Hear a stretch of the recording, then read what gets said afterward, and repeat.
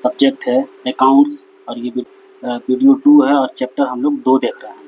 इसमें हम लोग फर्स्ट जो वीडियो था उसमें अकाउंटिंग कंसेप्ट देखे थे, मतलब लेखांकन की संकल्पना। उसमें लेखांकन की संकल्पना, उसमें हम लोग कितने संकल्पनाएं देखे थे? टोटल 13 संकल्पनाएं होती है, टोटल 13 अकाउंटिंग के कंसेप्ट होते हैं। इसी 13 कंसेप्ट पे टोटल अकाउंटिंग का कार्य होता है, ठीक है। और एक बाई एक करके टोटल अकाउंटिंग कंसेप्ट हम लोग देखेंगे। कक्षा स्टार्ट करने से पहले हम लोग एक कोटेशन को लेंगे। अवसर और सूर्योदय में एक ही समानता है, देर करने वाले इन्हें हमेशा खो देते हैं। इस लाइफ में कभी भी कोई चीज़ का सीमित समय नहीं है, इसीलिए कभी जो जब समय मिला तब आप लाइफ का मजे लीजिए, और पढ़ने का जब समय मिला उसको पढ़ने में लगा दीजिए। इसलिए कोई समय निश्चित नहीं होता है कि ये समय आएगा तो हम ये करेंगे, कल से करेंगे, परसों से करेंगे। पढ़ना है तो आज से ही स्टार्ट कर दीजिए, ये नहीं कि इसके लिए समय निर्धारित करिए ये करेंगे वो करेंगे, ठीक है। अब पढ़ना है तो पढ़ना है, जब समय मिला तब से हम पढ़ना स्टार्ट कर दिए, ठीक है। हम लोग ने अकाउंटिंग कंसेप्ट टोटल 13 देखे थे। फर्स्ट वीडियो में हम लोग अकाउंटिंग कंसेप्ट टोटल लिखवा दिए थे। आप लोग, हमें आशा करते हैं कि आप लोग उसे याद कर गए होंगे।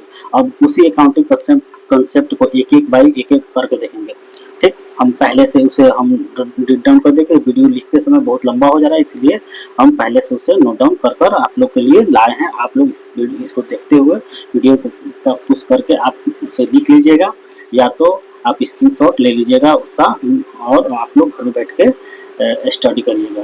बेटर होगा कि आप उसे कॉपी कलम लेकर अपने नोटबुक पर नोट डाउन कर लीजिएगा। ये आपके लिए अच्छा रहेगा और ये भविष्य के लिए रखा रहेगा, क्योंकि आजकल मोबाइल में बहुत से डाटा हो जाने के कारण बच्चे मोबाइल से फोटो PDF डिलीट भी कर दे रहे हैं, पढ़ नहीं रहे हैं, ठीक। कॉपी में रहेगा उसमें पन्ना उलट के आप देख सकते हैं, ठीक।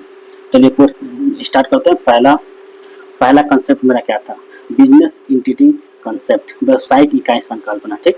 इसका अन्य नाम है सत्ता की संकल्पना। इसका अन्य क्या नाम है? सत्ता की संकल्पना, पृथक अस्तित्व की संकल्पना। बिजनेस एंटिटी कंसेप्ट का दो नाम है, सत्ता की संकल्पना, पृथक अस्तित्व की संकल्पना।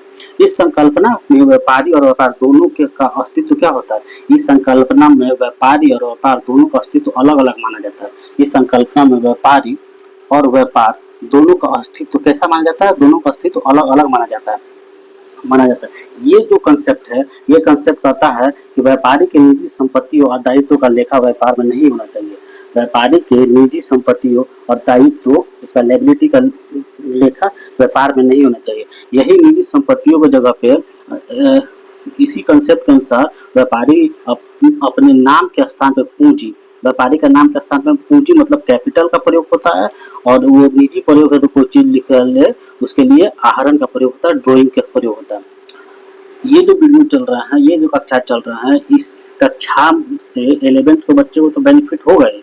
अगर कोई स्टूडेंट जो कॉमर्स के टीचर का तैयारी कर रहे हैं, टीचर बनने का प्रिपरेशन कर रहे हैं, वो भी इस कक्षा से लाभ ले सकते हैं। अभी यूपी में कॉमर्स की वैकेंसी निकली हुई है, वो भी बच्चे इस चैप्टर को पढ़ के, मेरे 11th के टोटल चैप्टर को पढ़ के आप एक बृहद, एक सही सटीक तौर पे तैयारी आप लोग कर सकते हैं। इससे क्वेश्चन भी बन सकते हैं कि कौन ऐसी अकाउंटिंग कंसेप्ट है जिसके तहत व्यापारी के नाम के जगह पे पूंजी कैपिटल का प्रयोग किया जाता है। 13 को कंसेप्ट है, 13 कंसेप्ट में से कोई कंसेप्ट दे देगा, आपको याद रहेगा कि हाँ, बिजनेस एंटिटी कंसेप्ट के तहत व्यापारी के नाम का स्थान पे पूंजी का उपयोग करते हैं, तो आप आंसर दे पाइएगा। इसलिए ये वीडियो सबके लिए उपयोगी होगा, जो टीचर बनने के लिए प्रिपरेशन कर रहे हैं, जो कॉमर्स का तैयारी कर रहे हैं, जो CUT का तैयारी कर रहे हैं, जो CUT जो एडमिशन कराने के लिए अलग अलग विश्वविद्यालय में एडमिशन कराने के लिए तैयारी कर रहे हैं, उनके लिए भी ये बेनिफिट होगा, क्योंकि ये थ्योरी बेस है। इससे ही ऑब्जेक्टिव निकलते हैं, इससे भी हम 2-3 प्रकार के बना सकते हैं ऑब्जेक्टिव। अगर क्वेश्चन बनाना चाहे तो लिखेंगे सत्ता की संकल्पना, मतलब सत्ता की कंसेप्ट या सत्ता की संकल्पना किस कंसेप्ट को कहते हैं। इसमें 3-4 कंसेप्ट थे।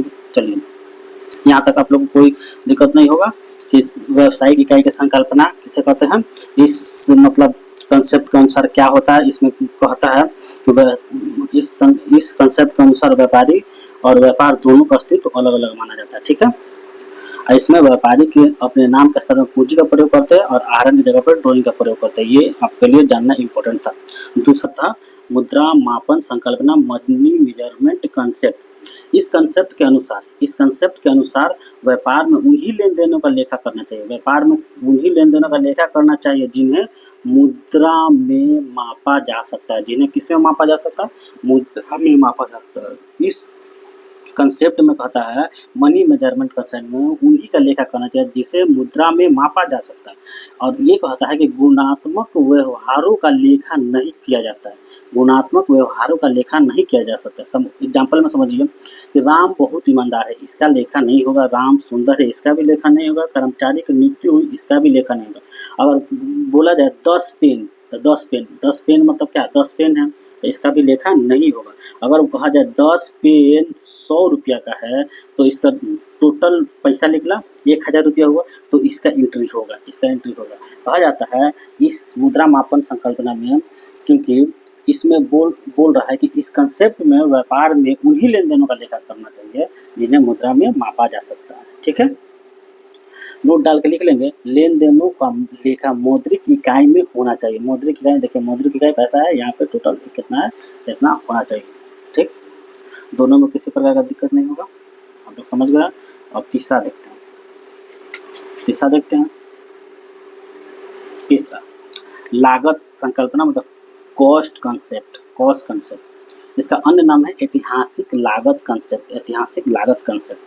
इस कंसेप्ट के अनुसार व्यापार में अस्थायी संपत्तियों का लेखा उनके लागत मूल्य पर करना चाहिए। लागत मूल्य में क्रय मूल्य, भाड़ा तथा स्थापना व्यय तीनों शामिल होता है।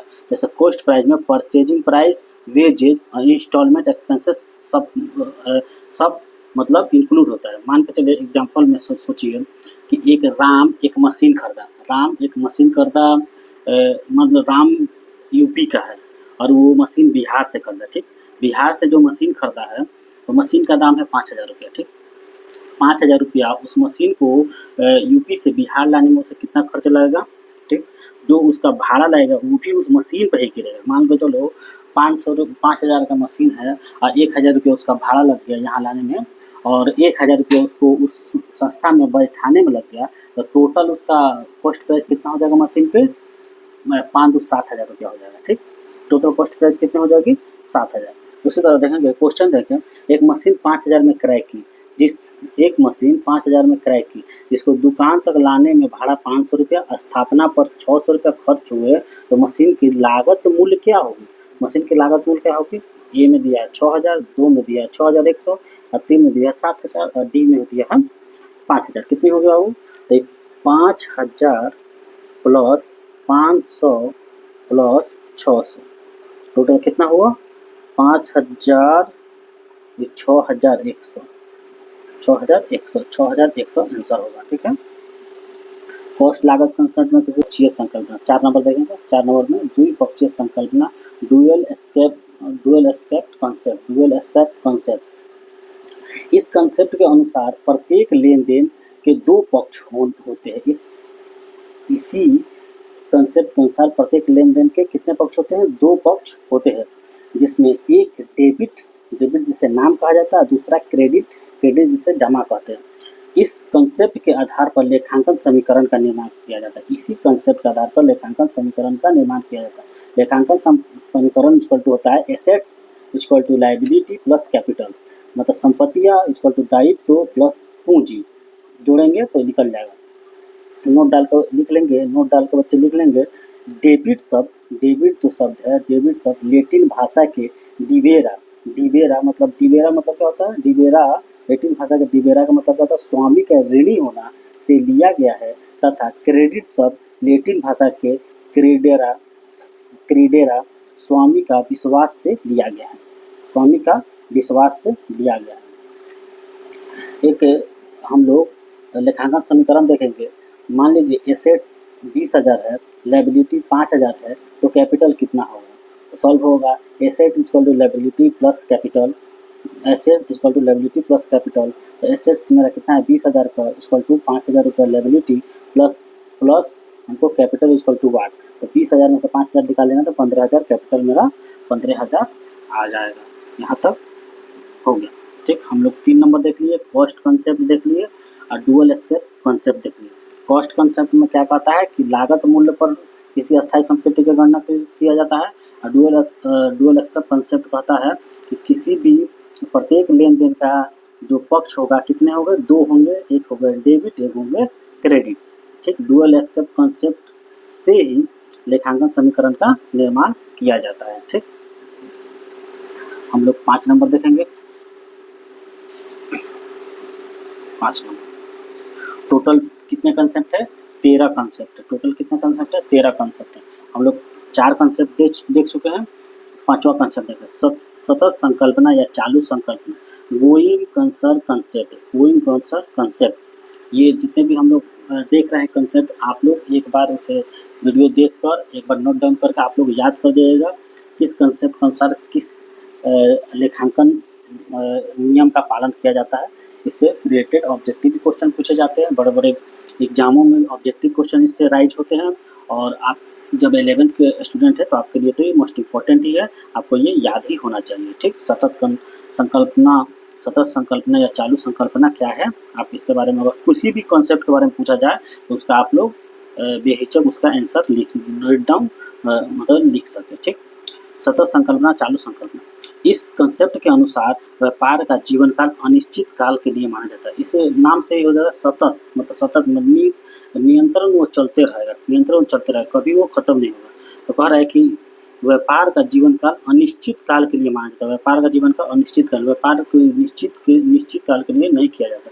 जैसे कोई व्यापारी है, वो व्यापार किया, फिर वो मर गया तो उसके बेटा ने उस व्यापार को टेकअप किया, फिर बेटा मर गया तो फिर उसका कहा जाता है कई पुश्तों से व्यापार चल रहा है, वो निरंतर चलते रहने वाली क्रियाएं हैं। इस कंसेप्ट के अनुसार संपत्तियों का वर्गीकरण इसी कंसेप्ट के अनुसार संपत्तियों का वर्गीकरण 2 प्रकार में किया जाता है, एक चालू संपत्ति और दूसरा अस्थायी संपत्ति है। अस्थायी संपत्तियों का मूल्य, इसी कंसेप्ट के अनुसार एक चीज़ और बताया जाता है कि अस्थायी संपत्तियों का मूल्य ह्रास प्रति वर्ष किया जाए। इसी कंसेप्ट के अनुसार कहा जाता है कि संपत्तियों का में से जो डिप्रिसिएशन काटा जाता है वो किस कंसेप्ट के अनुसार काटा जाता है, सतत संकल्पना के अनुसार काटा जाता है। ठीक, इसी सतत संकल्पना के अनुसार ही संपत्तियों कितने भागों में बांटा गया है, 2 भागों में बांटा गया है, चालू संपत्तियां, अस्थायी संपत्तियां। ठीक है, 5 नंबर हो गया। 6 नंबर लेखांकन अवधि संकल्पना। लेखांकन अवधि संकल्पना, अकाउंटिंग पीरियड कंसेप्ट। इस कंसेप्ट के अनुसार व्यापारी को एक निश्चित अवधि के पश्चात लेखा पुस्तिका बंद करनी चाहिए। कह रहा है एक निश्चित अवधि के पश्चात लेखा पुस्तकों को बंद करनी चाहिए, अर्थात परिणाम ज्ञात करना चाहिए। मतलब हम लेखा कर रहे हैं, इंट्रीज कर रहे हैं, लेकिन वो उसका एक निश्चित समय होना चाहिए, 12 मंथ, एक निश्चित 6 मंथ या 3 मंथ। तो हर प्रत्येक व्यापारी एक निश्चित अवधि में अपने व्यापार का लेखा पुस्तकों को बंद करते हैं। वो 2 प्रकार के होते हैं। मैक्सिमम जो व्यापारी होते हैं वो 20 वर्ष में ही अपने लेखांकन को खत्म करते हैं। एक निश्चित अवधि कितना होता है, 12 मंथ होना चाहिए, 12 मंथ या 1 वर्ष। वर्ष 2 प्रकार को 2 कैटेगरी में बांटा गया है, एक कैलेंडर वर्ष जो 1 जनवरी से 31 दिसंबर को खत्म हो जाता है, और दूसरा होता है बीत वर्ष जो 1 अप्रैल से 31 मार्च तक चलता है। मैक्सिमम व्यापार जो होता है इसी बीत वर्ष में ही खत्म होता है, 1 अप्रैल से 31 मार्च को क्लोजिंग स्टॉक होता है, यानी 1 अप्रैल से ओपनिंग स्टॉक वो लोग स्टार्ट करते हैं। साल भर वो निरंतर वो एंट्री करते रहते हैं। 7 नंबर में देखेंगे आगम मान्यता संकल्पना। ठीक, रेवेन्यू मतलब इस कंसेप्ट के अनुसार आय का स्रोत 2 होता है। इस कंसेप्ट के अनुसार आय का स्रोत कितना होता है, 2 होते हैं। आय वस्तु और सेवा से विक्रय से प्राप्त आय, या तो व्यापार के संसाधनों से अन्य व्यक्तियों से प्रयोग की गई राशि है, जैसे किराया, कमीशन, ब्याज, लाभांश। ठीक, रेवेन्यू कंसेप्ट में कह रहा है कि आय का 2 स्रोत होता है। ठीक, चाहे व्यापार से वस्तु सेवा को बेच के राशि प्राप्त करें या व्यापार के संसाधनों से किराया लेकर, कमीशन लेकर, ब्याज लेकर, लाभांश लेकर हम आय प्राप्त करें। ठीक, 7 नंबर। 8 नंबर देखते हैं। 8 नंबर क्या कहता है, आय व्यय मिलान संकल्पना, मैचिंग कंसेप्ट। आय व्यय मिलान संकल्पना मतलब मैचिंग कंसेप्ट, नाम से ही समझ में आता है मैचिंग कंसेप्ट। इस कंसेप्ट के अनुसार एक लेखांकन वर्ष में आय में से खर्चों को घटा देना चाहिए। आय में से खर्च को घटाएंगे तभी मालूम चलेगा कि कंपनी को प्रॉफिट हुआ है या लॉस हुआ है। ठीक, आय में से खर्च को घटाएंगे तभी मालूम चलेगा कि लाभ हुआ है या हानि हुआ है।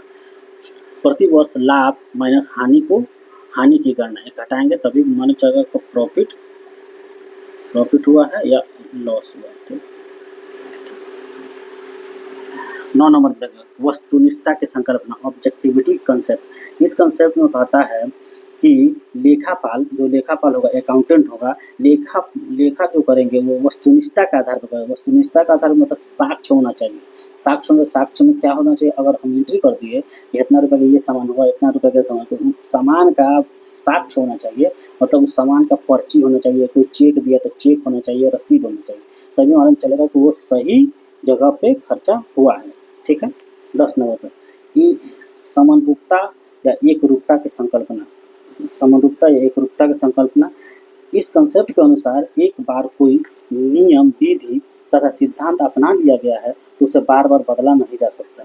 अगर हम एंट्री जिस विधि पे करना स्टार्ट कर दिए हैं और 1 महीना कर दिए हैं, 2 महीना कर दिए हैं और चाहे कि उसको तुरंत बदल ले, तो ये नहीं होता कि एक समरूपता का सिद्धांत, मतलब उसमें संकल्पना फॉलो नहीं होगा। इसलिए अकाउंटिंग लॉ, अकाउंटिंग कंसेप्ट कहता है कि कोई भी लॉ अगर आप अपना लिए हैं, नियम अपना लिए हैं फर्स्ट फाइनेंशियल ईयर में या कैलेंडर ईयर में, तो उसी के सहारे आप एंट्री करते जाइए और अंतिम में आप परिणाम ज्ञात कर लेगा। तब अगला साल आप चेंज करिएगा या नहीं करिएगा, उसी नियम के तहत आप करते रहिएगा। ठीक, रूढ़िवादी की संकल्पना, रूढ़िवादी कंसेप्ट। इस कंसेप्ट के अनुसार भविष्य में होने वाली हानियां हेतु आयोजन कर लेना चाहिए, लेकिन लाभ तभी मानना चाहिए जब वास्तव में लाभ प्राप्त हो। ठीक, रूढ़िवादी कंसेप्ट मतलब संकल्पना पता है कि भविष्य में होने वाले लाभ के लिए आप पहले से पूंजी एकत्रित करके रखें और ये न समझें कि वो चीज़ लाभ है, और अगर वास्तव में लाभ हुआ है तभी आप माने कि लाभ हुआ है। ठीक है। 12 नंबर, पूर्ण प्रस्तुतिकरण की संकल्पना, फुल डिस्क्लोजर कंसेप्ट। इस कंसेप्ट के अनुसार समस्त लेनदारों, जितने भी क्रेडिटर है का पूर्ण रूप से लेखा करनी चाहिए। जितने भी लेनदार है, क्रेडिटर है, उसका पूर्ण रूप से लेखा होना चाहिए, कि एक छूट गया है और कुछ लोग का है तो मालूम चलेगा हम हिसाब किए हैं उसमें से इतना रुपया कमी कहाँ से आ रहा है, इतना किसको देना है या इतना बच कैसे जा रहा है। इसलिए बोल रहा है फुल डिस्क्लोजर इन कंसेप्ट के अनुसार टोटली लेनदार को एंट्री करना चाहिए। सारता महत्व की संकल्पना, सारता महत्व की संकल्पना क्या कहते हैं? इस कंसेप्ट के अनुसार महत्वपूर्ण लेन देनों का लेखा करनी चाहिए, कम महत्वपूर्ण लेन देनों की लेखा नहीं करना चाहिए। जैसे राशियों को राउंड अप में लिखना चाहिए, जैसे 99.95 है तो 1000 लिखना चाहिए, और 4,499.6 है तो 500 लिखना चाहिए। ठीक, यहाँ तक हो गया। ठीक, हम लोग 13 कंसेप्ट को 1 बाय 1 करके देख लिए। जिस कंसेप्ट में जो आता है वो चीज़ हम अपने मतलब वीडियो में आप लोग को बता दी। आप लोग का काम है कि वो एक जो कंसेप्ट है आप लोग रीड डाउन करके उसे बार बार पढ़ें, तभी जाकर आपको याद होगा। या तो आप वीडियो को 1 बार 2 बार भगा के आप देखें, तब आप लोग को ये चीज़ याद होगा। एक बार देखने से आपको समझ में नहीं आएगा, जब इसे बार बार आप लोग देखिएगा तब जाके आप लोग को समझ में आएगा। अकाउंटिंग कंसेप्ट देखने के बाद हम लोग आगे देखेंगे लेखांकन की प्रणालियाँ, सिस्टम ऑफ अकाउंटिंग, लेखांकन की प्रणालियाँ।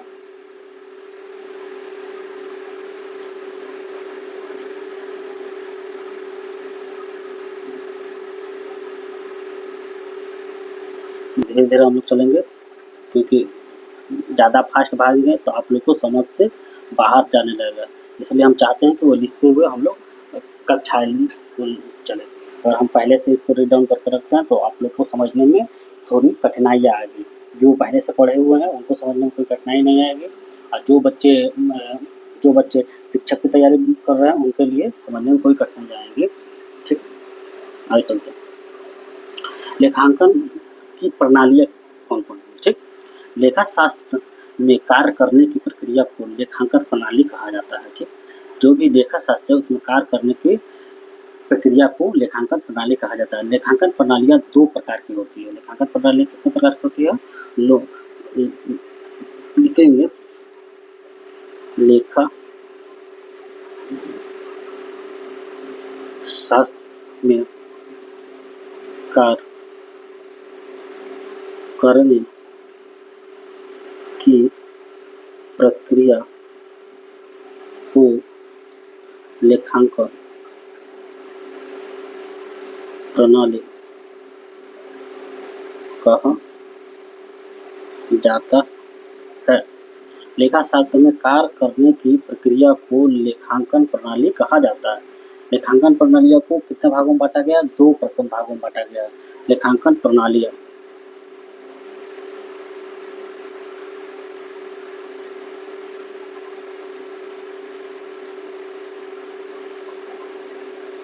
लेखांकन प्रणालियाँ कितने भागों में बांटा गया?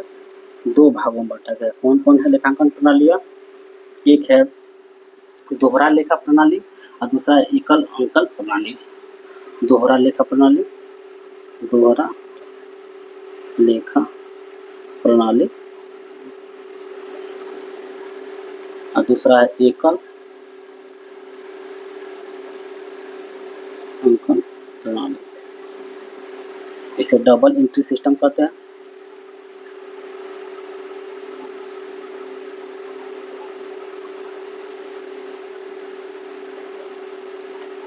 डबल एंट्री सिस्टम, इसको सिंगल एंट्री सिस्टम कहते हैं।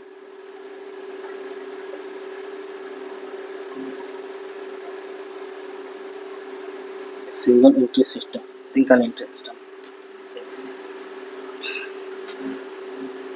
लेखांकन प्रणाली कितने भागों में बांटा है? 2 भागों में। ठीक। डबल एंट्री सिस्टम होता है, इसमें प्रत्येक लेन देन की दो पक्ष होंगे। 2 पक्ष होते हैं। कितने पक्ष होते हैं? 2 पक्ष होते हैं। एक डेबिट, दूसरा क्रेडिट। एक डेबिट, दूसरा क्रेडिट।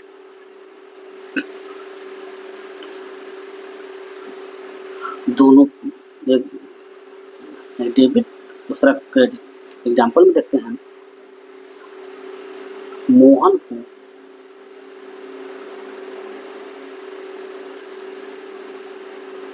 500 रुपया का भुगतान। तो मोहन डेबिट हो गया, डीआर हो गया, एसीआर हो गया। इसमें लेन देन के केवल कितने पक्ष होंगे? एक पक्ष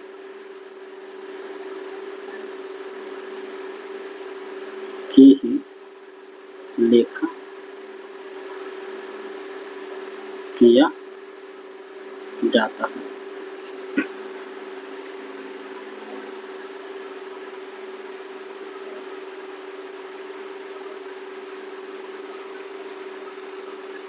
किया जाता है। एग्जाम्पल में देखेंगे।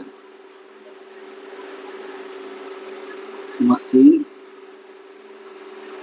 खरीदा। कौन खरीदा? इससे कोई मतलब नहीं है। कितना? 1000। ये केवल एक ही होगा, कैश। ठीक, कैश में। इसकी इम्पोर्टेंस हमें जानना जरूरी है। जो दोहरा लेखा प्रणाली है, ये एक वैज्ञानिक प्रणाली या वैज्ञानिक प्रणाली है। वैज्ञानिक प्रणाली है।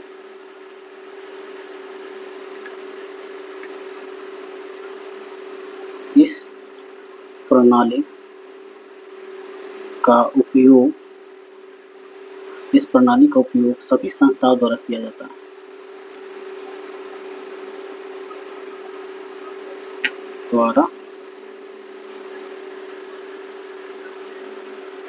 द्वारा किया जाता, सभी संस्थाओं द्वारा किया जाता है। छोटा व्यवसाय, छोटा कम बड़ा, सभी के द्वारा किया जाता है। ये जो प्रणाली है डबल एंट्री सिस्टम, इसमें अशुद्धियों का सुधार संभव है। इसमें अशुद्धियों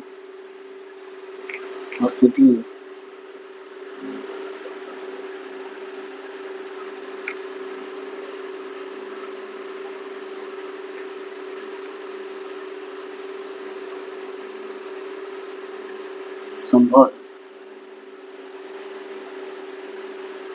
इससे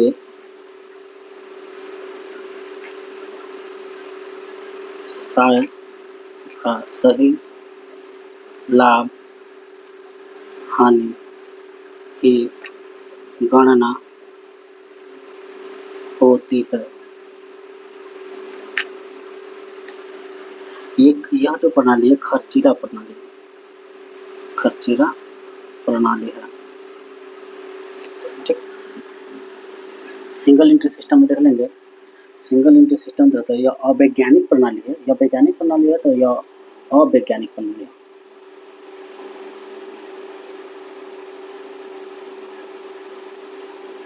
है। यह अवैज्ञानिक प्रणाली है। ये खासकर छोटे व्यापारियों द्वारा प्रयोग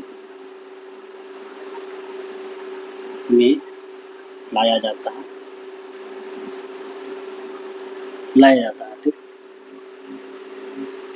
इसमें अशुद्धियों का सुधार नहीं हो पाएगा। इस प्रणाली में अशुद्धियों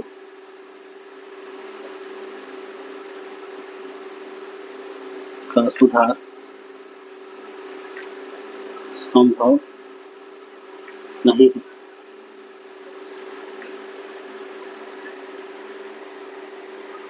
ये जो प्रणाली है सही लाभ हानि की गणना नहीं करता। यह प्रणाली सही लाभ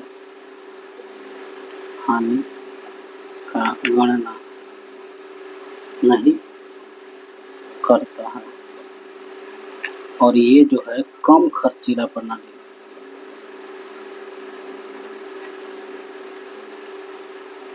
है। ये जो प्रणाली है कम खर्चीला प्रणाली है। ठीक है, यहाँ तक किसी को समझ में आ गया होगा। लेखांकन प्रणाली को दो भागों में बांटा गया है, दोहरा लेखा प्रणाली, एकल अंकन प्रणाली, मतलब डबल एंट्री सिस्टम और ये single entry system. Double entry system में क्या कर रहा है, प्रत्येक लेन देनों के दो पक्ष होते हैं, एक डेबिट और दूसरा क्रेडिट। और ये सिंगल एंट्री सिस्टम का होता है, इसमें लेन देन के केवल एक ही पक्ष को लिखा जाता है। ठीक, लिखा जाता है। एग्जाम्पल में इसमें देखना, मोहन को 500 रुपये का भुगतान हुआ तो मोहन डेबिट हो गया, एक क्रेडिट हो गया। जो दोहरा लेखा प्रणाली एक वैज्ञानिक प्रणाली, इसमें सब रूल एंड लॉ इसमें काम करते हैं, सारे लेखांकन पर कॉन्सेप्ट इसमें सम्मिलित होते हैं। इस प्रणाली का उपयोग सभी संस्थाओं द्वारा किया जाता है, छोटा बड़ा व्यवसाय सभी संस्थाओं द्वारा किया जाता है। इसमें अशुद्धियों का सुधार संभव है। इसमें व्यवसाय का सही लाभ हानि की गणना होती है। ये खर्चीला प्रणाली है। लेकिन सिंगल एंट्री सिस्टम या वैज्ञानिक प्रणाली है, छोटे व्यापारियों द्वारा खासकर किया जाता है। कि मतलब कैसे किया जाता है, मतलब कि कहीं से पैसा आया तो लिख लिए कि इतना पैसा मिला, इनको इतना पैसा दिए, लेकिन उसका वो मतलब उसमें नहीं रहता कि इसमें डेबिट करे उसमें क्रेडिट करे, ये चीज़ नहीं होता। पैसा आया इतना लिख लिए, इनको पैसा दिए इतना लिख दिए, एक ही लाइन में लिखते चले जाते हैं। तो इसमें हो सकता है गलतियाँ हो, और गलतियाँ होती ही हैं। इसमें जब गलतियाँ होती है उसको सुधार नहीं कर पाता कि कहाँ किसको हम कम दे दिए, किसको हम बेसी दे दिए। इस प्रणाली में सही लाभ हानि का गणना नहीं हो पाता है। ये कम खर्चीला प्रणाली। इसमें देखिए, इसमें ज़्यादा अलग अलग प्रकार की पुस्तकें की जरूरत नहीं पड़ेगी। ठीक,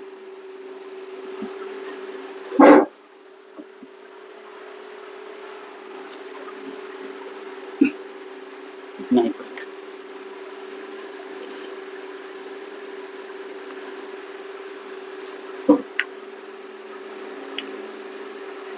वीडियो को हम लोग यही समाप्त करते हैं।